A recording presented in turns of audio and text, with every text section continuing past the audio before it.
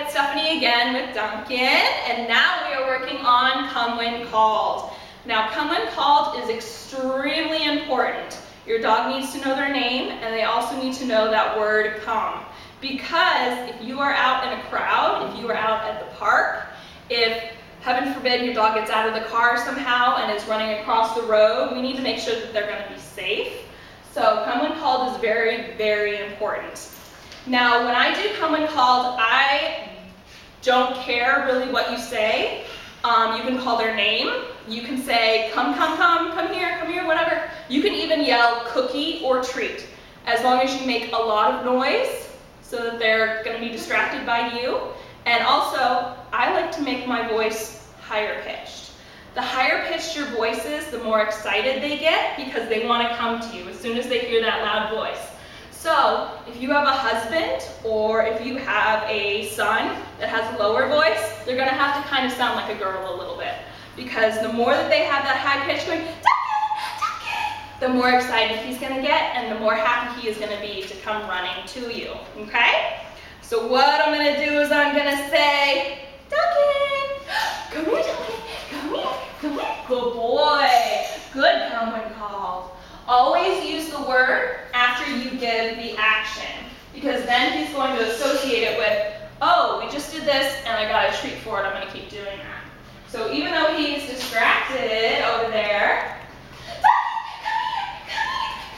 good boy, good come when called. Another thing a lot of trainers won't tell you is when you are doing come when called, get on the dog's level. The more you're on the dog's level, the more excited they are because they see you eye to eye. Whereas if you're up higher, it's more of an alpha dog stance, and they see that more as disciplining or giving them directions. So what I'm going to do is I'm going to say, come here, Duncan, come here. Duncan, good boy, good come when called. And like I said, you can yell cookie, you can yell treat, whatever's going to get their attention and keep them from getting hurt. So we want to make sure that they come when they're called, but we also want to make sure that they stay nice and safe.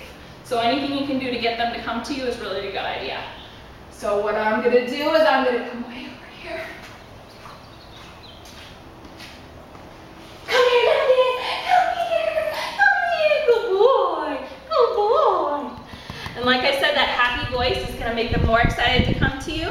A lot of times you'll know when you get angry, you actually lower your voice and you say, Duncan! And of course, he's not going to respond to that. He thinks he's in trouble and he's like, oh, uh-oh. So you want to have a happy, excited voice for him.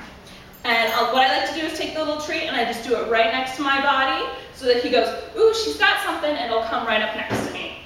Off. Off.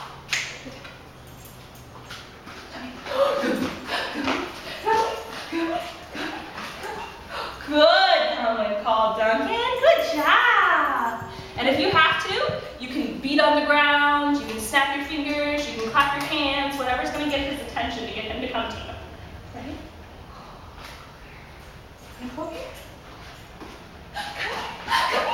Good boy. Good come when called. And you can practice this in the house, or you can even go outside on the lawn and practice from opposite sides of the lawn. It's good to practice when he's distracted by something else. So if you have a significant other or... Okay. Okay. Come here. Come here. Come here. Good boy. So if you have a significant other or a family member that can help you, they can have Duncan with the leash on one side, and you can be on the other side doing the come when called. Just remember, keep that voice nice and high, make as much noise as possible, and yell their name and whatever else you need to yell for them to come to you, okay? So Duncan!